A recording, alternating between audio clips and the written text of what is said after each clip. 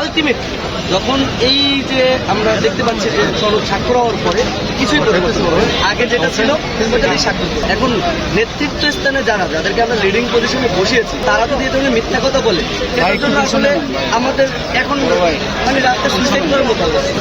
এছাড়া তো উপায় নেই। আমরা আজকে এখানে কেন জুলাই যোদ্ধারা এই পর্যন্ত কেন আসা লাগে, এই সংশোধনের কথা তাদের মাথায় কেন আসে? আমার প্রশ্ন হয়েছে এখানে যে যাদেরকে আমরা এই দায়িত্বে বসিয়েছি কেউ তো একবারে মেধা শূন্য না, সবাই এডুকেটেড পার্সন এবং রেসপেক্টেবল পার্সন এবং হাইলি এডুকেটেড পার্সন, যার কারণে তাদেরকে আমরা উপদেষ্টা বানিয়েছি, বিভিন্ন প্রতিষ্ঠানে বসিয়েছি।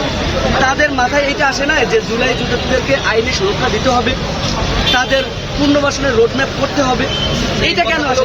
আজকে সেটার জন্য জুলাই যোদ্ধারা এখানে আসে, সারা রাত থাকা লাগছে 2 দিন, তারপর ভিতরে যাওয়া লাগছে, এটার জন্য গন্ডগোল করা লাগছে, পুলিশ মারছে, আমাকেও মারছে। দেখেন আমার পায়ের অবস্থা বাড়ি দিচ্ছে, আমি হাইটা বেরোচ্ছে, আমি তাকে বললাম যে বাড়ি দিয়ে না, আমি বেরোয় যাচ্ছি, তারপরে পুলিশ বাড়ি দিচ্ছে। তার ভুল কর্তা কি জানেন? আওয়ামী লীগ আমলে যে পুলিশগুলো নিয়োগ দেওয়া হয়েছে সেই পুলিশগুলো এখনো প্রশাসনে আছে এবং এরাই এই আহতদেরকে বা বিভিন্ন উস্কানি দিয়ে দিচ্ছে। আমরা যাচ্ছি শান্তিপূর্ণ একটা ইতে, ওরা বিভিন্ন ধরনের উস্কানি দিয়ে কথা বললে পোলাপান উশৃঙ্খল হয়ে যাচ্ছে, তখন একটা মত সৃষ্টি করে মারামারি। আমাদের প্রায় 100-র উপরে পোলাপান গুরুতর আহত।